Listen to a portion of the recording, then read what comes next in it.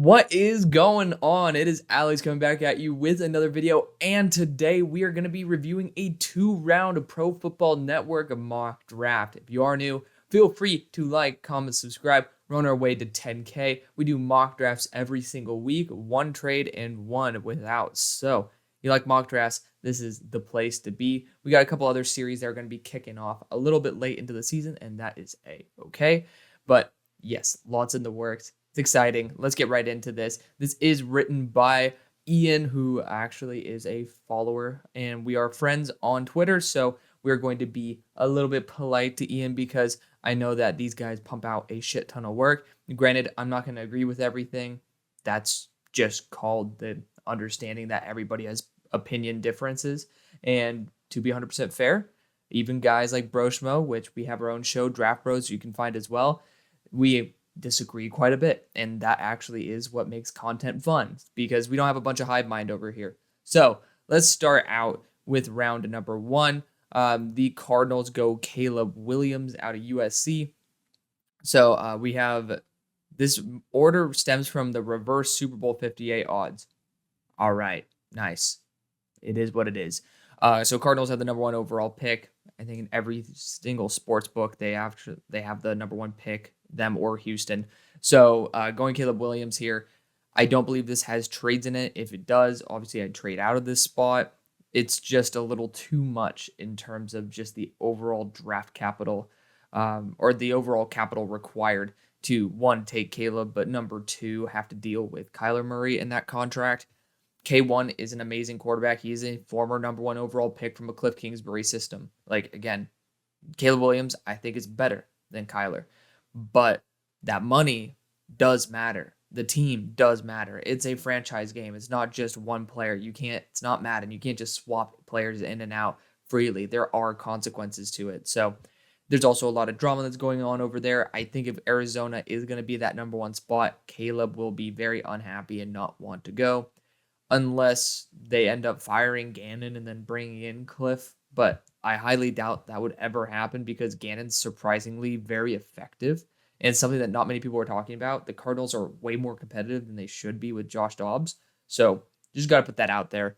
But Cardinals going after Caleb Williams. Again, I'm just saying trade out if there are trades. If not, I understand you can't go pick 1 and 2 without getting the best player in the draft. But Marvin Harrison Jr. is going to be, whether it's K1 or Caleb Williams, he's going to be an amazing target for him. He is clocked in, I believe, at 22.2 miles per hour versus Youngstown State, which is incredible. I don't think it pops off, and he doesn't look that fast. I don't understand how these on next-gen stats on the field make any sense when guys like Jalen Hyatt are running like 18.7 miles, or Tank Devil's like running 18.7 miles per hour, but all of a sudden, like Marvin Harrison Jr. is running faster than Tyreek Hill, but we can all see Tyreek Hill is faster.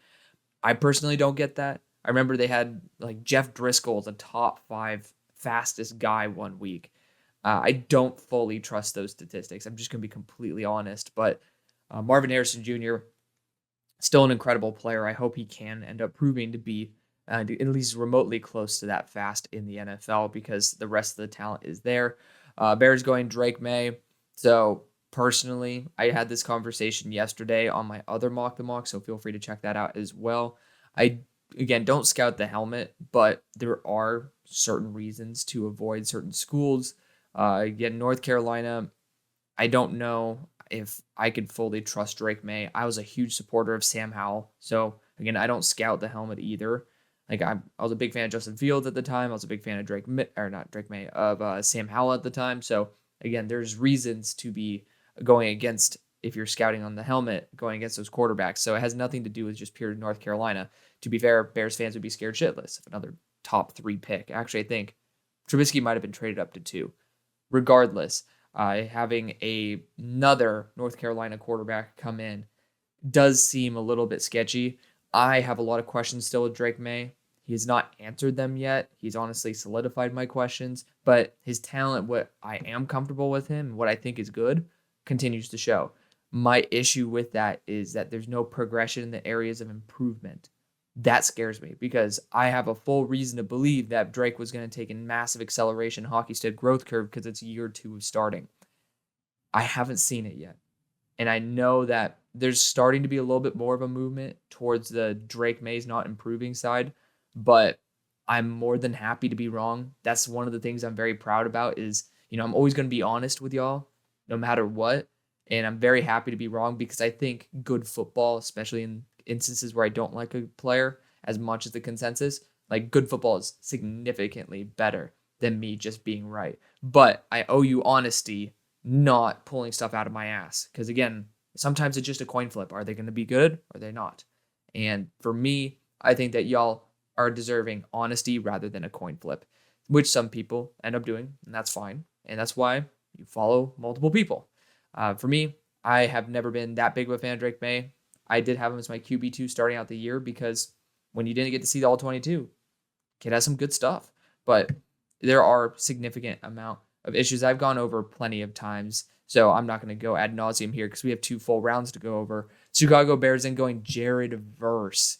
So I love the idea. I talked about this yesterday. I said regardless of what this first pick was going to be, whether some people believe it should be a tackle and just kick Braxton into guard, or whether it should be a QB, I said one of those 2 picks needs to be an edge rusher. It needs to be. That defensive line needs help. So I really do love the fact that Ian went after Chicago here. Please, for the love of God, go away. Like, seriously, bro?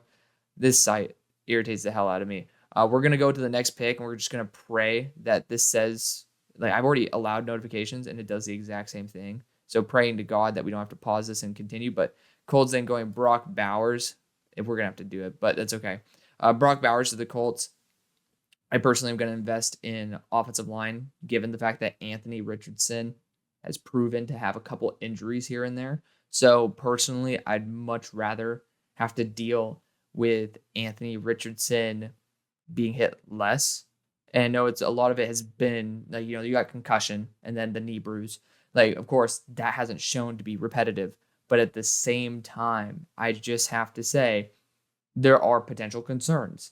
And when you have potential concerns, even if they aren't actually legitimate issues, you might as well protect him. There's nothing wrong with being better in terms of protection. I know a lot of Colts fans want another weapon. I don't think the tight end position's where you should get another weapon. I think that receiver, if you want to, good spot to go. So, good spot overall. It is time to get rid of this dumbass block notification message.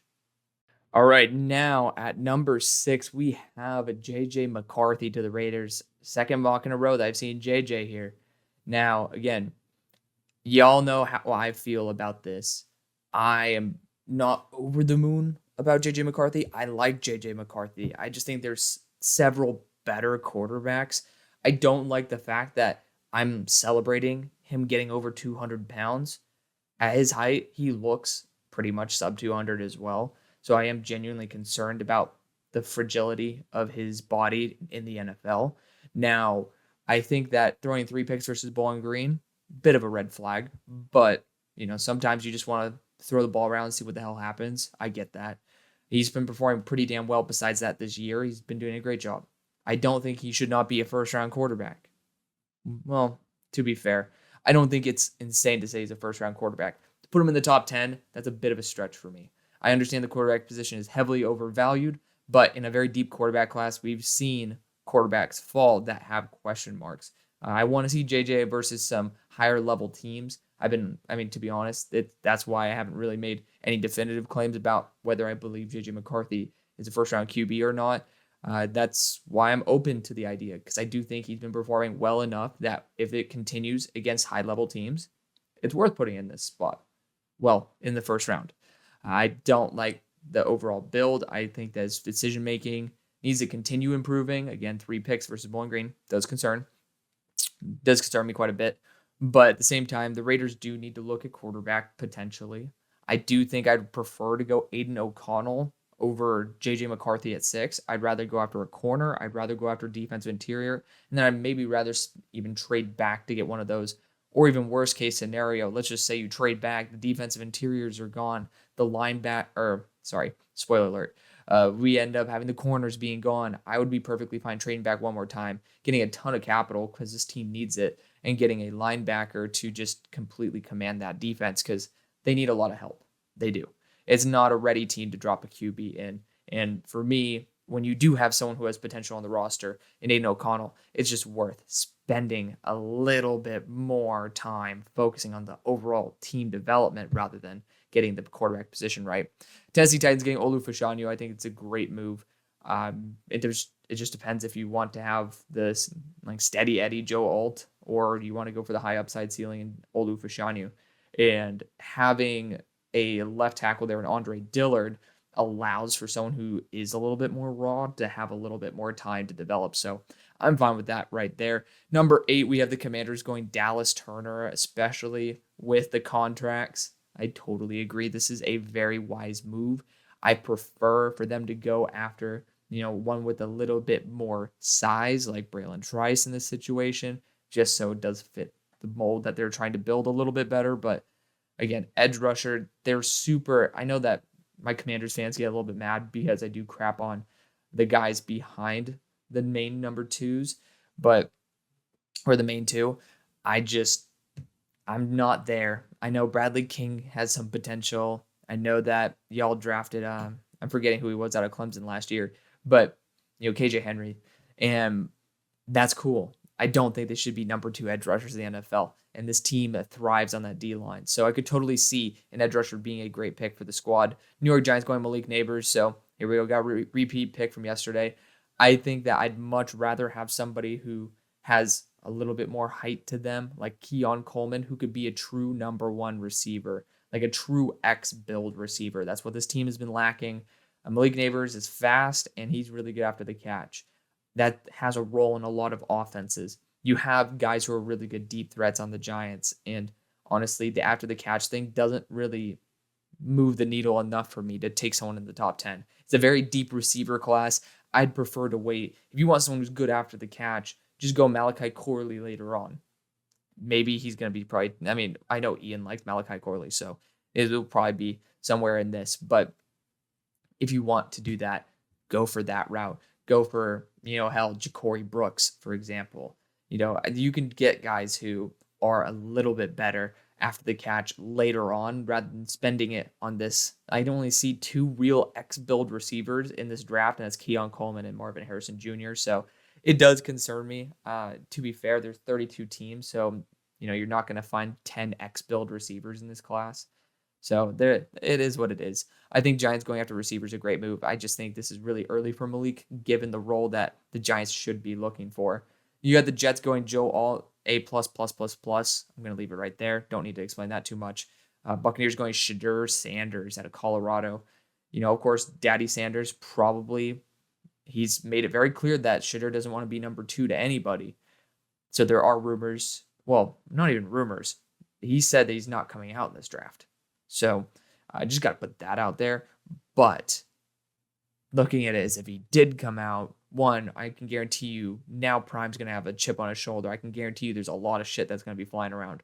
But this is a good squad for him to go to. Very well developed overall.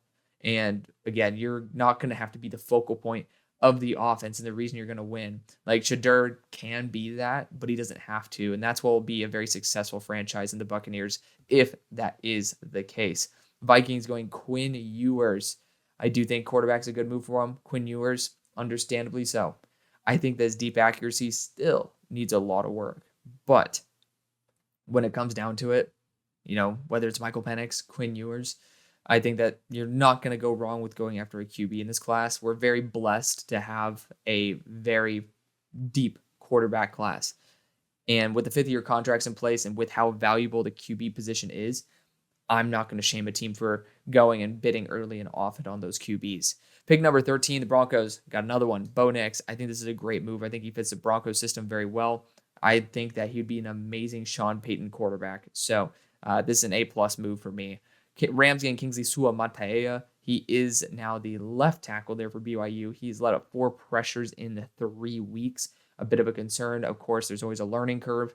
Just like we were seeing with Evan Neal, sometimes you sometimes you just need a lot more time to develop. Sometimes you just are built to be the right tackle or the left tackle. Sometimes you're just side specific. And I feel like the Giants are starting to learn that Evan Neal might be left tackle specific, which luckily for most franchises is a more valuable position. But going Kingsley right here, I don't think that's a bad idea at all. I love the idea that you can at least get a flexible swing tackle. I'm not sold. I need to see that progression from Kingsley because he lost 15 pounds in the offseason. I need to be able to see maybe he can sub in a game at right tackle, and then we'll see how he performs at that. Because so far, not feeling very good about him at left because he's been letting up pressures versus pretty big no names. So, got to put that in there. New England Patriots going Keon Coleman A++. No real offensive tackles except Maurice Mims on the board that I consider, and it's a deep receiving class, but this team might actually be truly looking for an X-build receiver, and it might be worth taking early and often. Steelers then going Kool-Aid McKinstry. I would cry tears of joy for this. Of course, deep down, I would slightly be hurt that we can't get Kalen King and Joey Porter Jr. back together, but at the same time, I will like drown out those tears of sadness with tears of joy because we're having an absolute stud in Kool-Aid McKinstry finishing up our corner core because we need a little bit extra help there, even though we just got JPJ, who I absolutely adore. Then we got the Packers. I'll scroll down so y'all get to see a little bit more of my board. Going JC Latham. Don't think offensive line's a bad idea. John Runyon's up for a contract, so I do think they could even look interior, but they do invest in that later on. So I don't know if the Packers would be investing in O-line this early with them being a defense-heavy first-round team and needing safety in a good safety class. I do feel like I'm starting to lean really heavily towards only taking safety slash, you could take Cooper DeJean that some people think is a corner. I think he'd be a great safety for this team. That's a good spot. Seahawks going Jerzon Newton, defensive interior is one of those spots they really do need. That and linebacker are key. You could go after a QB, but at the same time, this is not bad whatsoever. Big fan of the pick. Now we got the Falcons going Kalen King. I've been saying they need to get a corner number 2 for the past 3 years, and lo and behold, they get their stud corner number 2. Not going to complain at all. Saints going Emeka Ibuka. I always feel so bad at how far Emeka falls in my drafts, and I can guarantee you, like deep down, because it's a live reaction, deep down Ian felt bad that Emeka's this far down, and again, Saints snag him. It's an amazing combination there with Chris Olave. Now we have the Chargers going Mason Smith. I just need to see more tape from Mason Smith, honestly, before I give an honest opinion here, because he did come off an ACL surgery that he tore his ACL at the very first couple reps last year. Really sucks, but Mason Smith at 6'6", 300 is a very unique build. A little bit thin, in my opinion, 300 pounds at 6'6", because, again, just like a picture, like when you just go whoop, it's sometimes really disproportionate. And 6'6", I would hope for like 320 to 330. 300 is pretty damn light. So I'm curious to see how he plays. Jacksonville Jaguars going Leonard Taylor here. I don't know if defensive interior is that big of a need, but at the same time, you're getting an A-plus player. So sometimes you just go after the best player available, and defensive interior, when you can get a freak like Leonard Taylor, sometimes it's just worth going for it. So I'm not going to shame that pick whatsoever. Texas going JT Tuimalau. I know there's this one dude on Twitter. He goes at me, and I know he follows these videos too. So shout out to you for at least being very consistent with your takes, because, again, I am too. And until I get to see JT have some legitimate translatable reps against NFL tackles this year, I'm going to hold my stance. Now, I'm not going to punish JT for performing well. I'm not going to punish Jack Sawyer for performing well. And I think that's great that they're performing well, but they should. They're better players than the offensive linemen across from them. That's not the case in the NFL. Now, if they end up proving against Olu Fashanu and Joe Alt that they are better players than them, absolutely we can have that conversation and move them up the board. But Indiana, Youngstown State, as well as, I'm tripping balls, Western Kentucky, those are not teams that are going to get me going, right? So that's why people think I hate JT because I'm not raising him on my board. I'm just saying let's wait and see. I'm more than happy to. Because, again, good football is better than being right. He didn't show that much to me last year apart from one game. This year, he's doing a very good job. I'm very happy, but he should. Detroit Lions going Rome Odunze. Some people said he clocked a 4.34. Never saw that on tape, but at the same time, there's extremely limited all-22 out there. That's why I am very low on Rome Odunze from very limited all-22 tape. Again, with more tape comes more reasons to love a player. More reasons to hate them as well. But I prefer to try to love as many players as possible and just pray that they end up all working out. Doesn't end up being that way, but I'm praying that's how Rome Odunze becomes, because I've wanted him to be a stud on my list so badly. I really wanted Rome to be my guy. Hasn't done that just yet. Oh, here we go. Didn't even read that part. But he has an amazing build, and apparently he is a physical freak. Just haven't seen it really pop up on tape that I've seen. Then you got the Bengals going Rukaroro, pairing him back up with Miles Murphy. Intriguing. I do think that you could end up benefiting from having Rook on the defensive interior, but he is weirdly built like an edge rusher, even though he's 295. He's a monster, but I don't know if I can get there with the Bengals having, offensive tackles on the board, tight ends on the board. Just, I feel like there's better value at this pick than going a D tackle and Rook. If you had Leonard Taylor on the board, absolutely, but that's not the case. You got the Ravens going Amarius Mims. Also, you could have just absolutely shellacked the Ravens from a star tackle here in Amarius Mims. He is playing right tackle this year. I was waiting a couple games to make sure they wouldn't flip. He is a pure right tackle. And I'm glad that they're sticking him at a position where he's shown promise, because sometimes it's okay to just have a right tackle and not have them have to be a left tackle. There are 32 right tackles that are starting. There are 32 left tackles. There's an equal need for both. The value, different. Maybe the demand's a little bit different, but we've seen a lot of good left tackles come out. We've actually been pretty shortchanged for right tackles in the most recent drafts, but the Ravens going Amarius Mims is a perfect move. Unfortunately, Ronnie Stanley's just been hurt way too much, and he does have potential to be a swing tackle as well. You could flip him to both sides. That's what I mean by swing tackle, not, the standard term of a swing tackle, which is a dude who pretty much is going to be a backup for either side. I think he can play either side, though, so I'm intrigued to see about that. Next, we have the Dolphins going Michael Hall. I'm not a fan of Michael Hall. That's just me.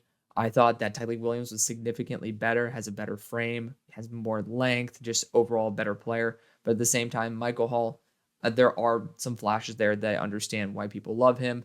I think defensive interior for the Dolphins, when you do have potential offensive linemen available, potential corners that are available as well, because God only knows how much longer Xavier is going to be there. And, Jalen Ramsey's coming back from injury and he's older. Like, there just is a legitimate need for more corner help on this team. So I'd prefer to go that route. But, defense interior, it is what it is. You got the Bills going AD Mitchell. Getting another receiver on this team, not a bad idea. I prefer to go safety because, again, you're in a studded safety class and you still have Cameron Kitchens available, but not going to shame that too much. Cowboys going to linebacker. They do need it pretty desperately. Barrett Carter is like 230. So I don't really, I'm looking at it and you have kind of like a praying mantis, a stick bug there who's coming off an ACL in DeMarvion Overshown. I don't really see a true Mike on this team. And I don't really know if there is a legitimate one like a Jack Campbell in this class. So I'm genuinely concerned about that. Eagles going Andrew Makuba. I don't know if he's earned the right to be a safety. I believe this is safety 1 right now.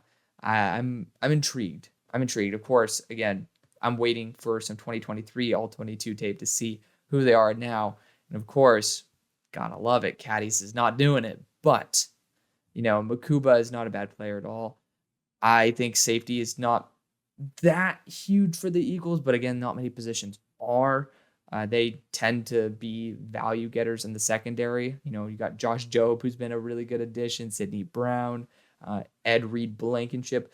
And like a lot of these guys who are getting significant reps are, mid to later round picks. So I don't know if they're going to value it that highly. I do think a corner number 3, because I don't know if Keeley is going to be someone who could solidify it. I know I'm contradicting myself by saying that, is still something that they should be in the mood for with Kamari Lassiter there because of how big of a project he is. Regardless, the Eagles don't need that much. Chiefs going Troy Franklin. I think it's perfectly fine. He'd be an MVS replacement. I love Troy Franklin, so not going to complain whatsoever. Niners going Denzel Burke. I like going DB for him as well. So that's good. Round number 2. Trice for the Cardinals. So they got Marvin Harrison Jr., Caleb Williams, and Braylon Trice. Not going to complain because obviously Braylon is a top 10 player on my board.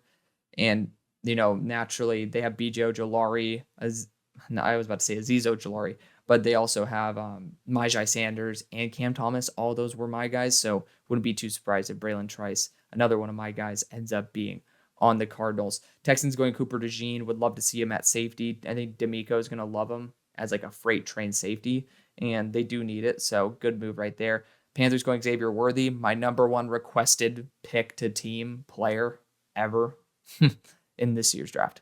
So I like that. He is a good complement to the receivers they have, and giving Bryce maybe a little bit extra, cushion in terms of the linebackers and everybody being a little bit more cushiony, give him the deep threat ability, makes sense. Next, we have the Bears going Donovan Jackson here. So I don't think guard is a bad move whatsoever. They need a guard. He's a good guard too. So I'm going to be in full support of that pick. Colts going Travion Henderson. He was, I believe, my RB12. I don't know. I just dropped a running backs video. I know that sounds pretty harsh, but simply put, he doesn't do anything spectacularly. He's a good running back. I think he'll belong in the NFL. I think he's someone who I certainly would draft, but I would draft him later on. I don't really see the high upside. A lot of people are even saying train him, his own buddy on his own team, is significantly better. So just got to put that out there. There are a lot of really good running backs in this class, so I'm not going to really shame anybody. But, I mean, a real big flyer here, since they like USC with Michael Pittman, would be to spend an early second-round pick on another USC guy if they want to go the running back route and go after Marshawn Lloyd, because I think that guy, if he gets his fumbling issue fixed, which JT had a fumbling issue coming to the NFL as well, is going to be a superstar. Now we have the Raiders going Cooper Beebe. The offensive line, I'm never going to shame a team for going after it. Cooper Beebe, not a bad choice. Now we have the Titans going Kalen Carson, DB. So I'm not a huge, pause. I'm not a huge expert on the Titans. I don't know enough about Kalen Carson, so I'm not going to comment on it. I've seen a lot of love for Kalen Carson. I want to be able to get some 2023 tape to see what he is. So we'll see what happens there. But, I don't think going and upgrading a DB is a bad idea for any team. New York Giants going Rocket Sanders. I love me some Raheem Sanders. So, now I don't know if I feel like Raheem Sanders is everyone's cup of tea because he's so shifty. Like, he is a 205-pound running back playing at 242. I don't know. For me, I just feel like he is such a special back. He really is. We'll see what happens with him, though. Commanders going Tyler Guyton.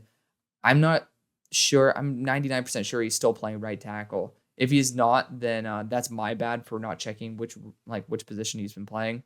But Tyler Guyton, to me, when he played last year, was absolutely awesome. I'm perfectly fine with him being taken at this spot. Personally, I'd be looking for an upgrade at left tackle since I do feel like it's more valuable, but you can't complain too much about getting a stud there in Guyton. Then you got Leatu Latu for the Rams. Needs a lot of development in terms of speed to power, but kind of who better to do that than Aaron Donald? So I get that. The Rams do need some extra edge help as well, and you already have some good speed there with Byron Young. And you got the Saints going Tyron Hopper. Tyron is the second linebacker off the board. Intriguing. I like Tyron Hopper. I was a big fan of his last year, but this guy is just pretty much the best blitzing linebacker I've ever studied. He does have a lot of issues outside of that because he's super duper light. So I'm intrigued. I feel like he is the most explosive player in college football just because of the fact that he's super light and he's just so versatile as a pass rusher. So intrigued for sure, but I would prefer to go after a more solidified linebacker like Jeremiah Trotter. Now we have the Vikings going Chop. I'm surprised that Chop was not taken like top 10 because most people love him in the top 10. But Chop's been doing a pretty damn good job this year. Proud of him for being a little bit more consistent. I have to dive into the tape to make sure and confirm that. But when I watch games with Penn State and I'm not necessarily watching Chop every play, he is actually popping off quite a bit. So very happy for that. Vikings can use the extra defensive help. The other Packers, there you go. There's my first round pick for him. Cameron Kitchens out of Miami. So going to be a big supporter of that pick for sure. Buccaneers going Jatavian Sanders. Not going to complain. Having K. Daughton as your tight end one, essentially. Not the best move, and this is excellent value. You got the Patriots going Jordan Travis out of Florida State. I'm not a huge fan of Jordan Travis. I think that especially when people saw that first half where he just had like mental error after mental error after mental error, there's that's something that will translate to the NFL. You don't usually get to bounce back in the second half after playing like that in the first. Granted, it was good to see him bounce back. I think that I doubt the Patriots take a QB. Honestly, they're just shopping around, seeing what's up. But I think Mac Jones belongs with Bill O'Brien. They're already starting to click better. They're doing a very good job. They're one of the best teams that, I'm not mistaken, they didn't beat the Dolphins. They didn't beat the Eagles. They're one of the best teams, if not the best team, that has not gotten a win yet. So good for New England. I don't think Jordan Travis is going to be the move, but Bill does like to get his guys who are real big gadget players. I do think the Patriots could draft Travis, just like Malik Cunningham, just like bring in Malik Cunningham, but I doubt this high, especially when you need tackles too. You got guys on the board who could be good additions. Steelers going Michael Penix. Ooh, that is intriguing. At this spot, honestly, I wouldn't be mad at that at all.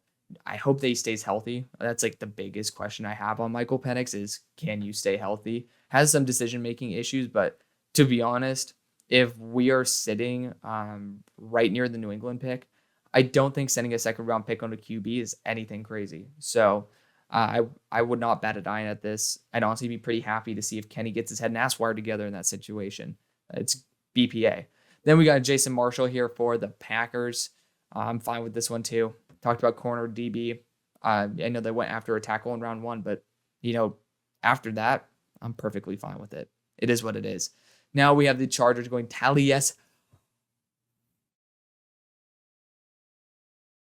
Life is good. I love you, Ian. I don't know if this is because of me. Probably is not. I already know some people are thinking of that Breaking Bad meme. It's like, all of this is because of me. Oh, it feels good. So nice to see him. Man, that warms my heart. That warms my heart. Thank you, Ian. Taliesin Fuaga. So for those of y'all who don't know, he is my number 12 player in the entire draft. No, right as I'm about to go into my spiel, the block notification came up. It's kind of legendary to have it here, though, for the moment. But I think the Chargers could upgrade at right tackle. Not a huge fan of Pipkins, but he's not bad. Man, Fuaga is just so fun.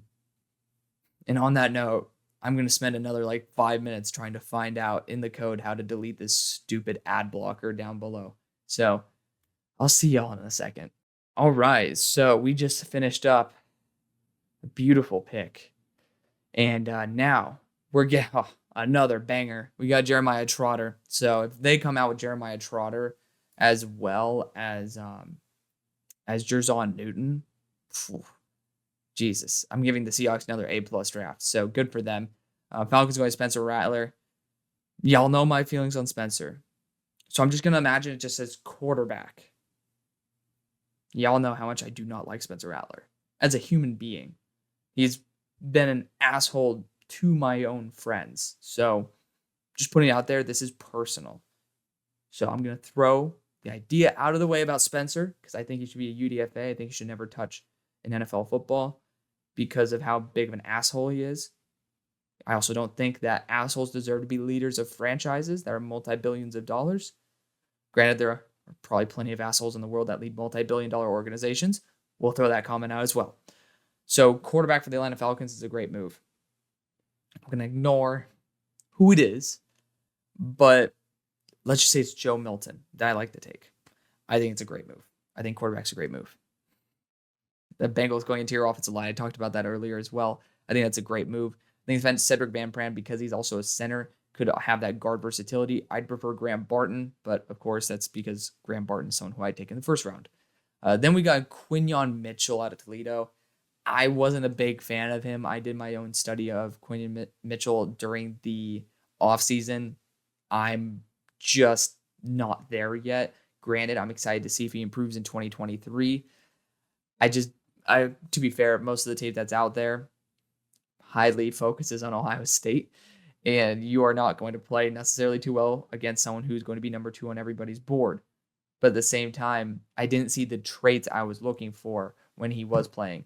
Majority of the corners, if there is an Ohio State game, that is a necessity for me to grade them because now it's on an equal playing field. So Quinion Mitchell didn't perform very well to me, but I did talk about a corner earlier. I think Kamari Laster, also because he's Georgia, would be a great move for the Eagles. You got Rod Moore here out of Michigan. Why am I tripping? Who's the guy who ended up transferring to Florida? I know there was a safety that transferred to Florida. I'm forgetting who it is. It's not, I don't think it's Rod Moore, but I don't know why I'm tripping right now. Regardless, Rod Moore, he's a good safety. I don't think the Jaguars need to invest that much there. There's still really good interior offensive linemen that I'd prefer to invest in. There's good receivers still available that I'd prefer to invest in before I'd go after a safety, like Rod Moore, because I don't think he brings that much juice to the table. Browns going Donovan Edwards. I feel like they're just masters of sniping dudes late. I don't think they need to spend this high of a pick on a running back.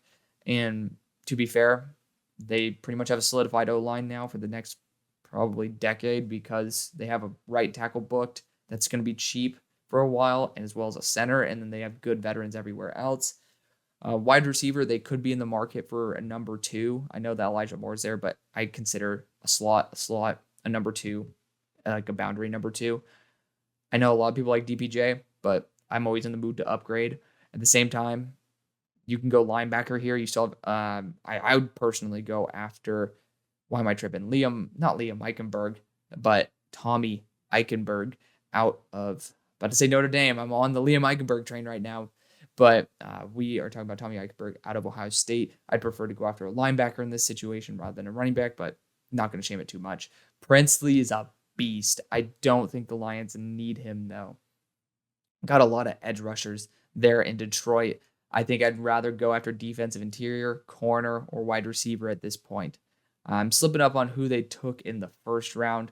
So I am going to randomly watch your eyes, everybody, or just skip 10 seconds into the video, which is perfectly fine with me.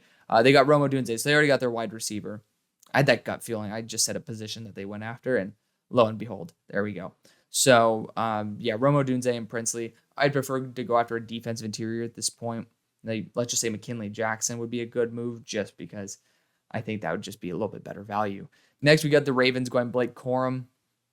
They need running back. They're featured several times as a dream fit in my running backs video. Blake Corum, I'm still waiting to see how they perform against a higher level team before I regrade him. Next, you got the Dolphins going Jordan Morgan out of Arizona.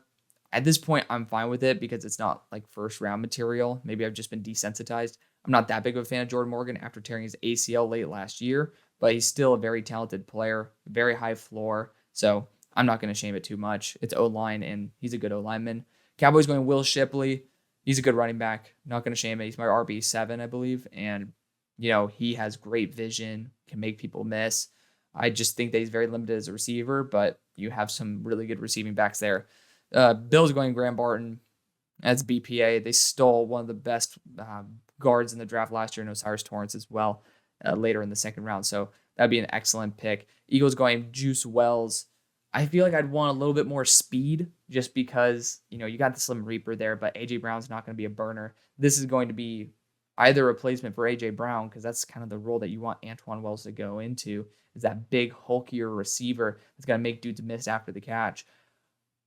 Or you're going to go after a speed receiver because you're pretty much replacing Quez Watkins at this moment with a wide receiver pick. So yeah, I think that would be the better move because right now they are kind of speed capped in their receiving core. Then you got Bucky Irving for the Chiefs. I don't believe they'll spend this high of a pick because of Isaiah Pacheco. I just don't really think they're going to have that big of a demand for it when, you know, offensive tackle is going to be in their priority list. I know they have Wanya Morris there, but also wide receiver. Also, I know they went defensive tackle with Rook Aroro. 90% sure. Why am I tripping? No, they didn't take Rook. Did they take Rook? Deadass, I'm going Command F on this just because I love y'all and I don't want to spend all this time. They didn't go Rook. But this is actually a great opportunity to see who they did go after. They went after Troy Franklin. There we go. I knew Rook was not going to be going to this team. So defense interior is still a massive need. They went after a wide receiver, though, which I do think is a very good idea. So good job, Ian. But regardless, I do think that's still a bigger need than the running back position. But Bucky Irving's awesome. Big fan of Bucky Irving. Then we got Will Shepherd out of Vanderbilt. He's on my watch list for sure. I'm very excited to see this, but I don't think the Niners need a wide receiver as badly as they need offensive line. So that's me putting in my little bias right there for O-line. Thank you so much for watching. Thank you, Ian, for giving us some good content to be able to talk about. See you on the far side.